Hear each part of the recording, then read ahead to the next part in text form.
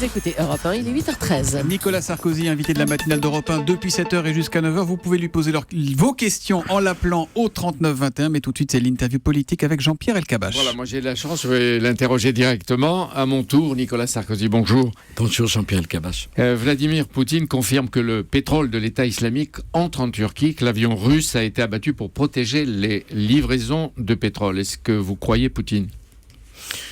Moi, j'ai pas d'éléments pour savoir qui a raison, qui a tort. Est-ce que l'avion russe a violé ou pas l'espace aérien turc ? Ce que je peux dire, c'est que je me réjouis qu'enfin, que de temps perdu, on a remis la Russie dans la coalition. On a recommencé à parler avec les Russes. Je n'ai cessé de dire qu'on avait besoin de la Russie pour régler le drame syrien. Mais là, en l'occurrence, est-ce qu'on peut imaginer que la Turquie fait du trafic avec le pétrole de Daesh, de l'État islamique ? Je n'ai pas d'éléments, mais nous avons également besoin de la Turquie, qui a, si mon souvenir est exact, quelque chose comme 800 km de frontières communes avec la Syrie.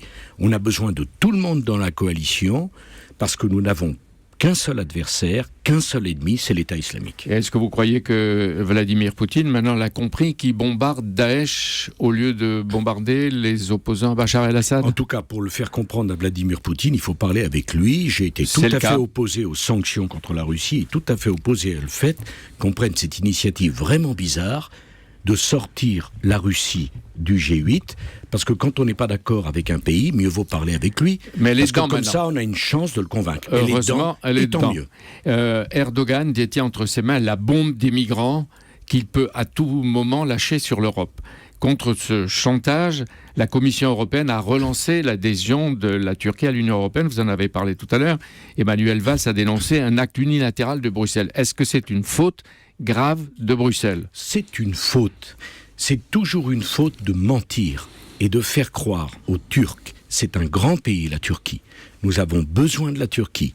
La Turquie, membre de l'OTAN, ce sont des alliés. Mais leur faire croire qu'ils peuvent adhérer à l'Europe, c'est se préparer des lendemains impossibles. Nous devons avoir des rapports étroits avec la Turquie.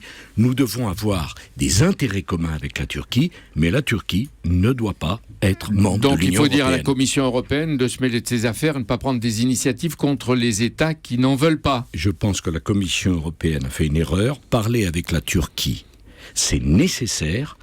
Mais parler ne veut pas dire céder un chantage. Quant à la bombe, pour reprendre votre expression, la bombe, c'est la Syrie. C'est la guerre.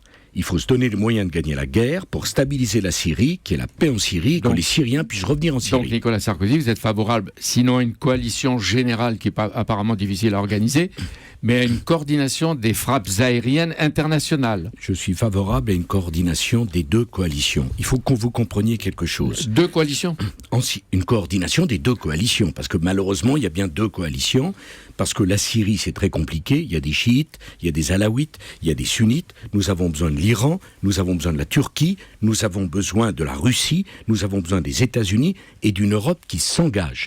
Nous avons un seul objectif, éradiquer l'État islamique, ramener la paix en Syrie, définir avec les Syriens, d'abord parce que c'est leur problème, ce que doit être la future constitution syrienne, peut-être d'ailleurs une constitution à la libanaise, où chaque minorité sera représentée. Donc là-dessus, vous êtes plutôt d'accord avec le président de la République, actuellement ? Mais je suis tout à fait d'accord avec l'inflexion majeure de la politique étrangère de la France. Je vous ai entendu dire tout à l'heure, Nicolas Sarkozy, qu'on a sous-estimé la menace qui suivait notre intervention en Syrie. Ce qui veut dire que les attentats qui ont eu lieu récemment suivent notre intervention. Mais notre intervention, elle est récente, elle est même tardive, elle date du mois d'octobre.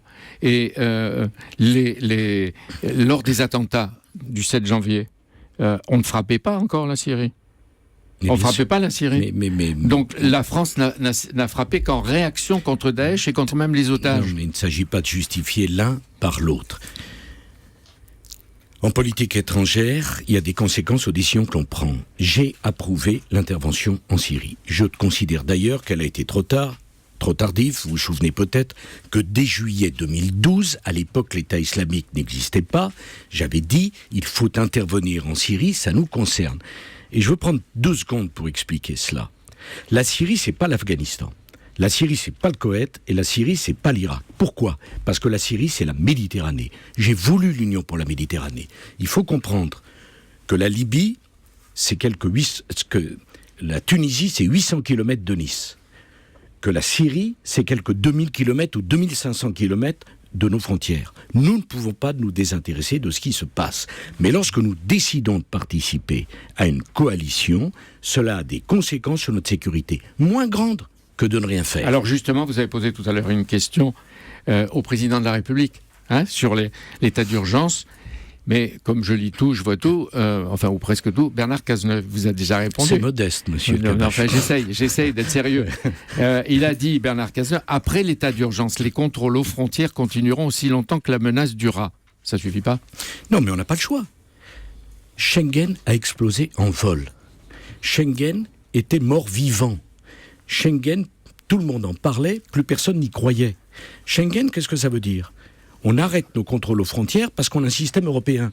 À partir du moment où le système européen sous nos yeux s'effondre, il faut reprendre les contrôles aux frontières, non pas Jean-Pierre Elkabbach pendant la durée de l'état d'urgence, mais les reprendre puisque... Tout le temps. Donc il faut reprendre les discussions autour de Schengen et faites ce que vous avez appelé un Schengen 2 ou un Schengen amélioré. Non, il n'y a pas plus urgent que les chefs d'État européens se mettent autour de la table pour nous expliquer comment on va remplacer Schengen 1 qui est mort par un Schengen 2 dont je peux définir les grandes lignes. La menace terroriste, elle date pas d'hier. Est-ce que je peux vous demander pendant votre mandat combien de mosquées salafistes ou radicalisées vous avez fermées ? La question de nous en avons fermé plusieurs. Nous avons expulsé un certain nombre d'imams. Vous vous souvenez certainement des polémiques. Pour Jean-Philippe Allage demain matin, combien vous avez expulsé ? Je m'en souviens plus. Vous vous souvenez certainement des polémiques qui ont suivi mon fameux discours de Grenoble, où j'ai été accusé par vos confrères de Marianne d'être un voyou, où M. Rocard a dit que depuis les nazis, on n'avait pas dit pire. Et ce que j'ai dit à l'époque, en 2010, ce que j'ai fait d'ailleurs, était violemment combattu par toute la gauche militante, M. Hollande en tête, et maintenant je vois qu'il propose de faire ce que j'avais indiqué qu'il convenait de faire et qu'ils ont combattu. Mais c'est bien d'avoir raison avant les autres. Non, c'est pas la question. Mais Nicolas Sarkozy, malheureusement, parce que c'est trop sérieux, il y a eu beaucoup de temps perdu. Et je voudrais vous dire une chose, monsieur Elkabbach.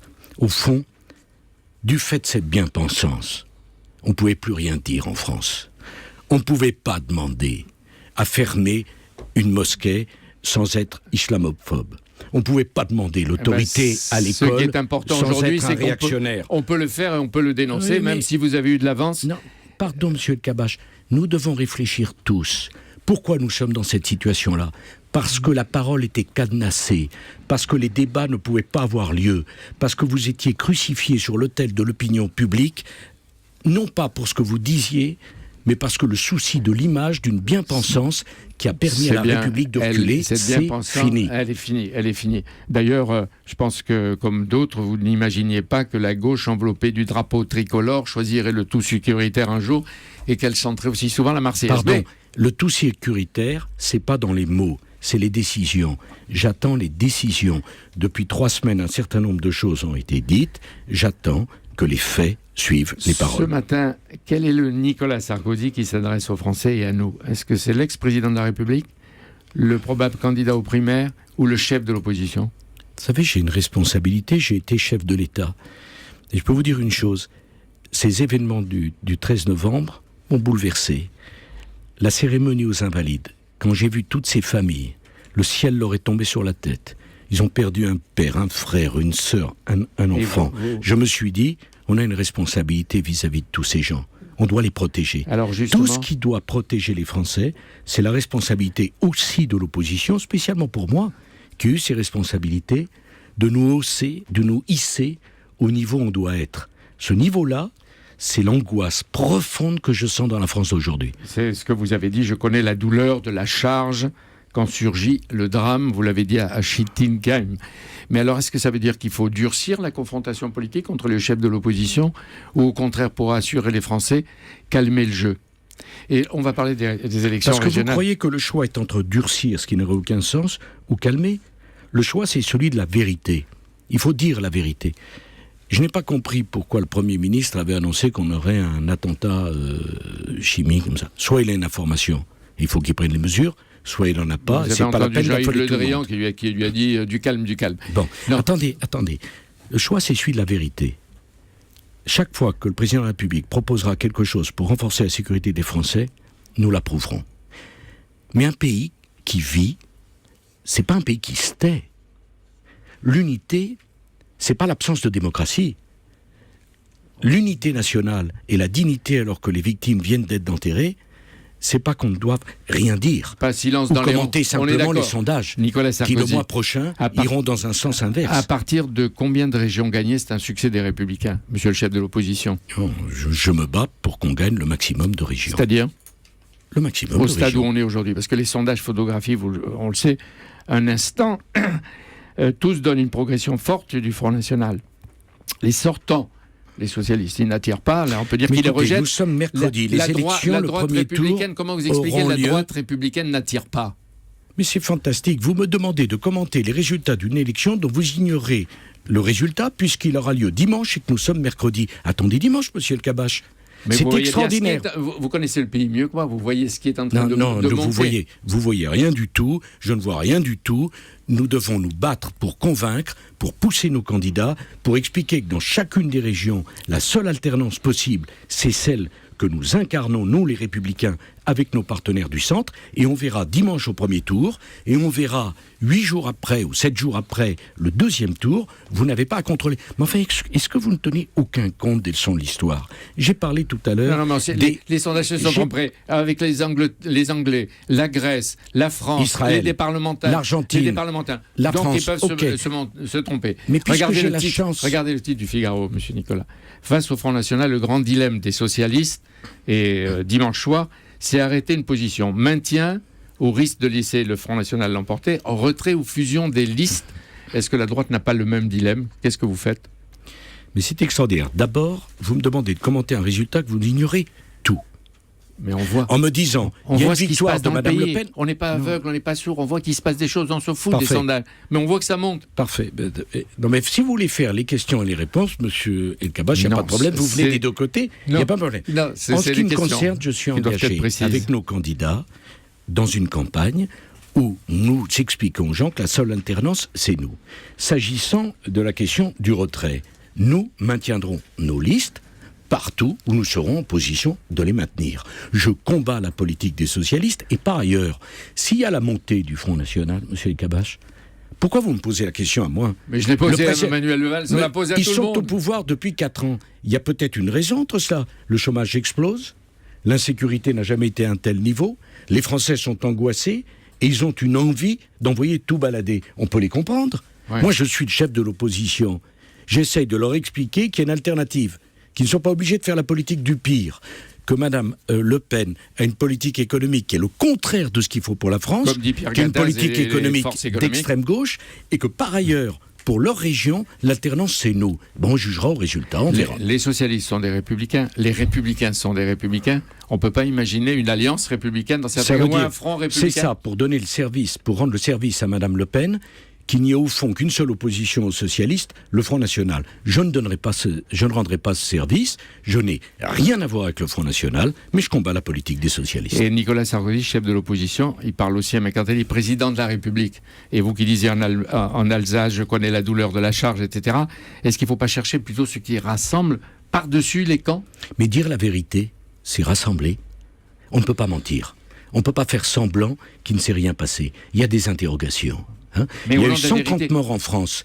Il y a un chômage qui explose. Savez-vous que le chômage est le double en France qu'en Allemagne? Vous l'avez dit tout à l'heure. Il n'y a pas de fatalité. Qui aurait pu éviter? Est-ce qu'on aurait pu éviter les 130 morts? Le risque zéro n'existe pas. Je ne ferai pas de polémique. Simplement, c'est mon devoir de chef de l'opposition et d'ancien chef de l'État de poser la question entre le drame de Charlie, le 14 janvier au début de l'année, et le drame du 13 novembre. Est-ce que des décisions ont été prises? Est-ce que vous craignez le Front National? La parole aux auditeurs.